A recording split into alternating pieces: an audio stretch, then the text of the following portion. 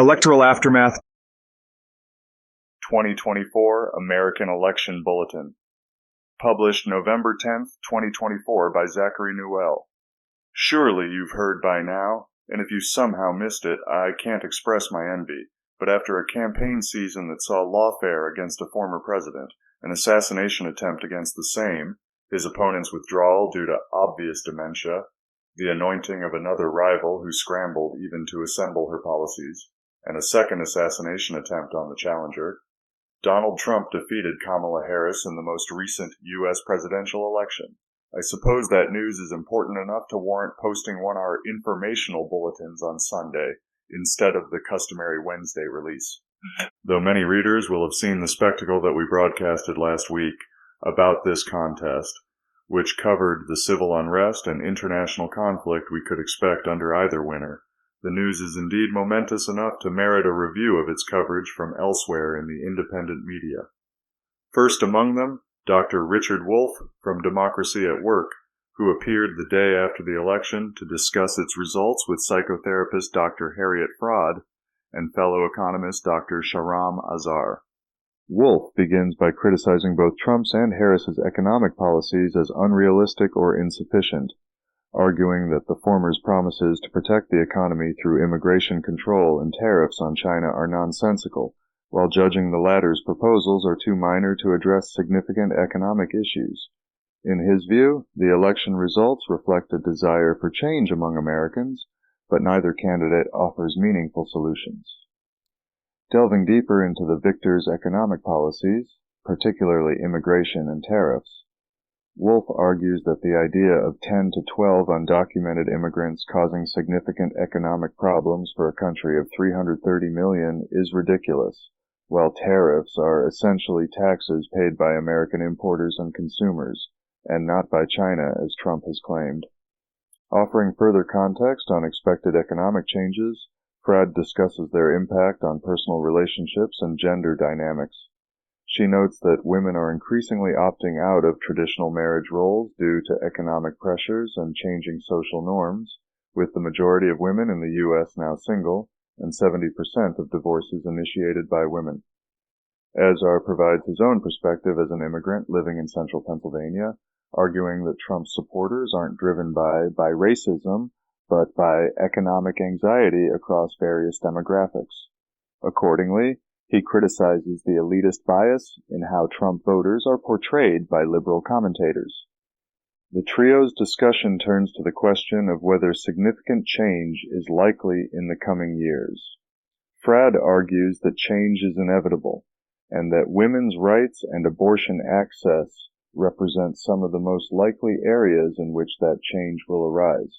Meanwhile, Azhar emphasizes the need for community organization and solidarity to effect change. On that note, Wolff proposes establishing a new political party that could offer a genuine alternative to the two-party system by addressing issues of class, social justice, and community building. Who knows whether he's heard of the American Communist Party founded earlier this year, though his previous comments on the ideology of MAGA communism, which preceded that party's founding, suggest to me that he wouldn't support it. Both Fraad and Azhar expressed their support for this idea, emphasizing the need for inclusivity and a focus on service rather than personal gain in politics. Naturally, Wolff wasn't the only one to step up and offer a next-day analysis. Trend forecaster Gerald Celente, featured in our July bulletin following Biden's withdrawal, spoke about it with Andrew Napolitano to offer their own commentary. Celente begins with a mea culpa.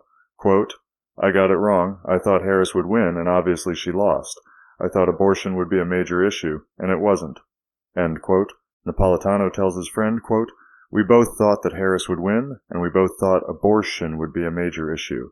The issue was a guy whose name was not on the ballot, Joe Biden, who really is one of the worst presidents in modern times in terms of domestic policy and in terms of foreign policy, and the public profoundly rejected that. On top of that, Trump, notwithstanding his eccentricity, his narcissism, his bravado, his alienation from the truth, seems to have crafted, much like Reagan did in 1980, a new Republican Party consisting of non-college educated, white males and Hispanic males and females tending toward a more conservative culture policy, end quote. But however, that shift in Republican voter demographics doesn't excite Napolitano quite as much as one might superficially expect from a former Fox News analyst. Quote, "Our conservative Republican friends should be careful what they ask for. They are about to see the most authoritarian occupant of the White House since Abraham Lincoln, and there will be no limit to those after whom he will go using powers that the Congress over the years has given to the presidency and which he will inherit on January 20th. Their conversation then shifts to foreign policy, which, Celente notes, only 4% of voters named as their top concern, surprisingly enough, and particularly to the subject of Israel's genocide in Gaza. Both criticize Trump's support for the Zionist regime, and the pair discuss a few selections from the long list of reprehensible actions by Israeli President Benjamin Netanyahu, including the recent firing of his defense minister. The discussion also touches on Trump's potential cabinet picks, with Napolitano expressing concern about neoconservative influences. On a more positive note, the former jurist predicts that Trump will end the futile U.S. involvement in the Ukraine conflict, which he describes as one of the worst foreign policy disasters in history. Interestingly, the analysts also discuss the future of the Democratic Party. For them, Trump's decisive victory and the failure of high-profile Democrats like Barack Obama to influence the election represent a mandate against Biden's policies. Accordingly, these signal the need for the Democrats to establish a new platform not founded on hard-left wokeism and find new leadership, possibly in the mold of JFK. Of course, it wasn't just Americans who were interested in hearing an analysis of the elections. The next day, Alexander Mercouris and Alex Cristoforo interviewed Mel K, author of 2024's Americans Anonymous, about the results on the Duran. Discussing the significance of the U.S. election results, Mercouris emphasizes the obvious importance of democracy and of we the people in the U.S. Constitution, before Kay details how this forgotten principle of political representation demonstrates the need for transparency in government operations, citing events like the JFK assassination and the creation of intelligence agencies, as examples to illustrate that need for transparency and accountability. From there, Mercouris and Kay go on to discuss the impact of intelligence agencies and global organizations on American politics and foreign policy, further emphasizing the need for public oversight and institutional transparency. For Kay, it seems, it can't come soon enough, either for the U.S. or for the rest of the world. Quote, "But if the American people continue to sit out their own destiny and just picking a fake side, R or D, then nothing's going to change. What needs to change is the American people need to redefine their relationship individually with their government and their fellow citizens and what their responsibility is. You know, when Ben Franklin said, 'You have a constitutional republic if you can keep it,' he meant literally if you can keep it. And that meant continuing down the path of getting together locally discussing things. The people should be the oversight for the taxpayer dollars that disappear. The people should be the oversight for who's getting the local no-bid contracts. The people should be the oversight for the surveillance state that has been installed in every nook and cranny of America and getting rid of it. You know, there's just a lot that people can do on the local level. We need to be the oversight of our own domain, our own land, our own piece of America.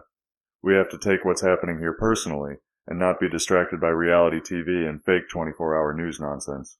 They work for the public-private partnership that runs America like they're a parent company, and that we, the people, are just lucky to live here first and foremost.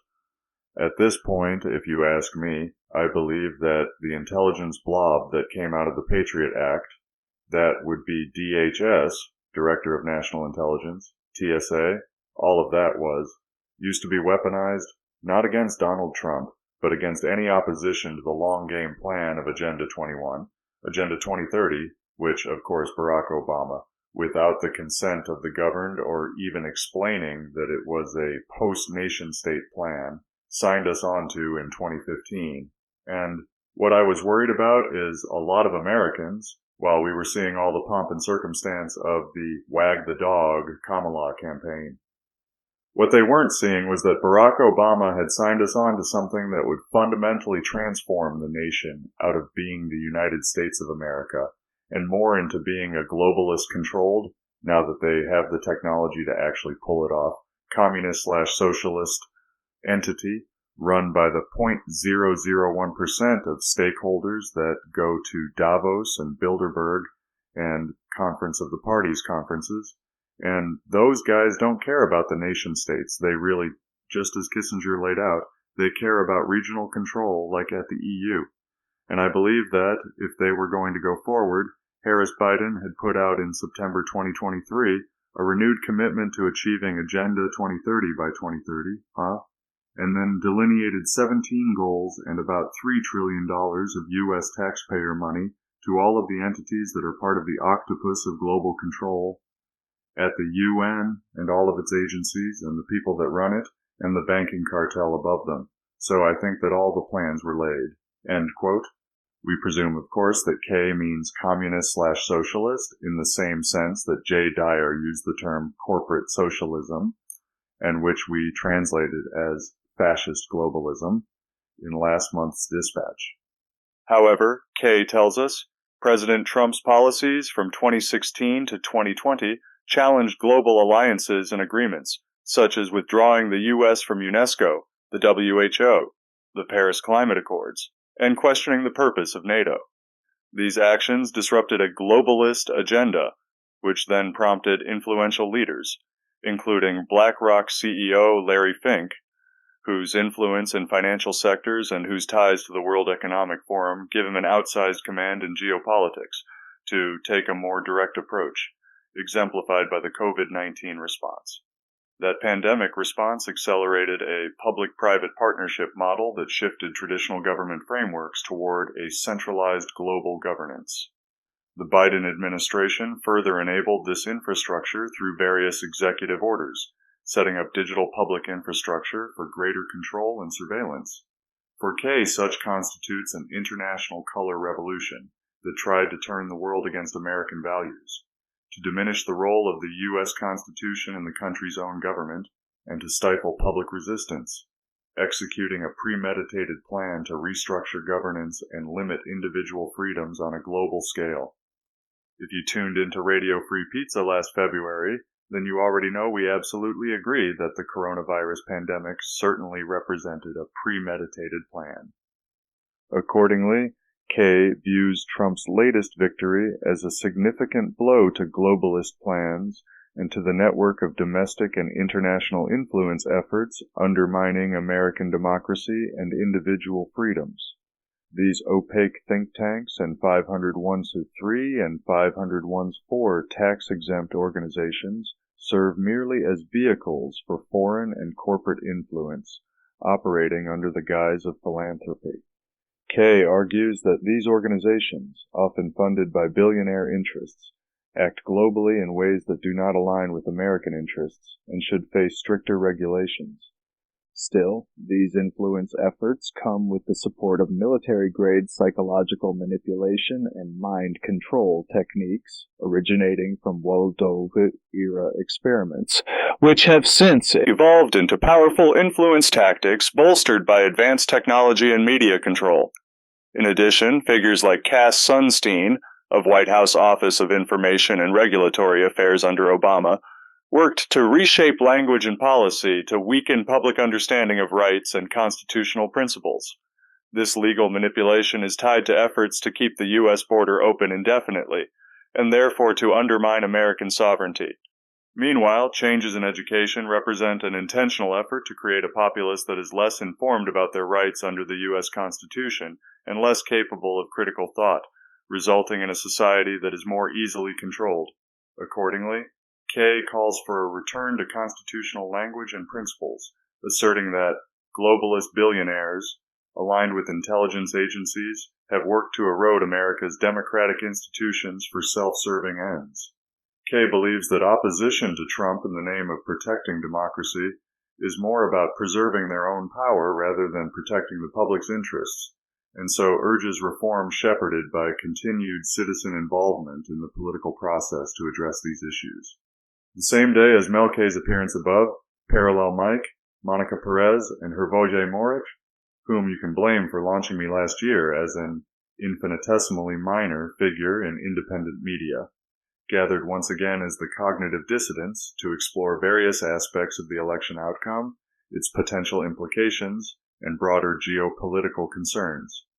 As the trio's only U.S. resident, Perez describes the post-election atmosphere in the country, noting the euphoria among Trump supporters and shock among opponents, and highlights the religious overtones in Republican rhetoric and the economic optimism reflected in the markets. As an American living in Mexico, Moric expressed his relief at a potential reduction of woke madness in the U.S., while cautioning against excessive political fervor.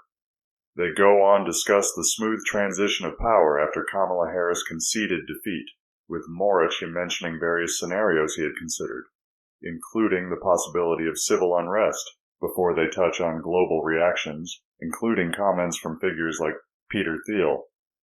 Their conversation shifts to the religious aspects of Trump's campaign, with a rapid infusion of religious elements following the first assassination attempt. Mike notes the emergence of figures like comedian Russell Brand in supporting Trump, leading the group to debate the authenticity of the former's recent conversion and the implications of this religious narrative. This, of course, dovetails perfectly with the current war in the Middle East, and so the trio explores Israel's influence on U.S. foreign policy and the potential for escalating conflicts in the region. On that subject, Perez expresses her concern about Trump's aggressive stance towards Iran, while Moric raises the possibility of a divine moment narrative being used to justify military action. With regard to domestic concerns, Mike points out the challenges Trump might face, inheriting a struggling economy with high inflation and a weak job market, before the trio debates the likelihood of Trump fulfilling campaign promises like tax cuts and debt reduction. Accordingly, they forecast the possibility of a major crisis or war developing for the sake of stimulating the U.S. economy. Towards the end of their conversation, the trio turns to potential future scenarios, including the likelihood of increased authoritarianism, technocratic control, and the restructuring of global power dynamics. Despite these serious topics, however, all three express personal optimism and contentment in their daily lives, emphasizing the importance of focusing on local and personal matters amidst global uncertainties, complementing, we might say, the political localism for which Mel K advocates above with a personal one. In light of the U.S. presidential election and the insights provided by independent commentators, it's clear that both the nation and the world stands at a pivotal moment, with strong sentiments on both sides about the future direction of the country. Amid concerns over authoritarianism, foreign influence, and the erosion of constitutional values, a shared theme emerges: the pressing need for genuine citizen-led reform to restore democratic integrity. Each analyst highlights issues that spark the public's distrust in institutions, from unchecked lobbying by globalist fronts and psychological influence operations, to the role of corporate and intelligence networks in shaping policy. As these voices suggest, a new path forward may lie in re-engaging citizens at the grassroots level, holding both political and corporate elites accountable and fostering a more informed, critically thinking populace.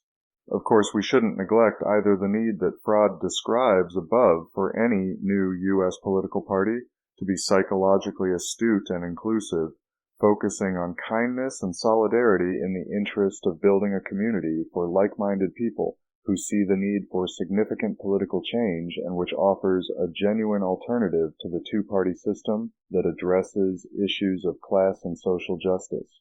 Whether through community organizing, independent media, or a renewed focus on constitutional principles, we believe Americans should begin their work immediately to reclaim their civic power in shaping policy and governance. With Trump's victory, many anticipate a shift in how national sovereignty and individual rights are upheld, though domestic challenges to these principles are likely to persist. Additionally, it remains questionable whether the U.S. will end its imperialist adventures in the Middle East, or even those in the devastated Ukraine, under the next administration. despite how much the costs of such adventures impoverish the American people. This election and the ensuing discussions reinforce that sustainable change will require not just new leadership, but a reawakening of civic responsibility across all levels of society. While we must take seriously the proposals from Mel K and the warnings from Monica Perez in the clips featured above for a comprehensive audit of intelligence agencies and their operations, and to monitor the restructuring of the Secret Service following the assassination attempt for signs of its evolution into a more centralized national police force, respectively, nonetheless, we shouldn't let our focus on geopolitics under fascist globalism distract us from the imperative for citizens to take responsibility for local oversight and participation in government. Should the U.S. avoid neglecting that imperative, then it seems perhaps more likely than ever that the country might become not the leader of the free world, as which it has long postured, but instead join a free world that it truly helped to liberate.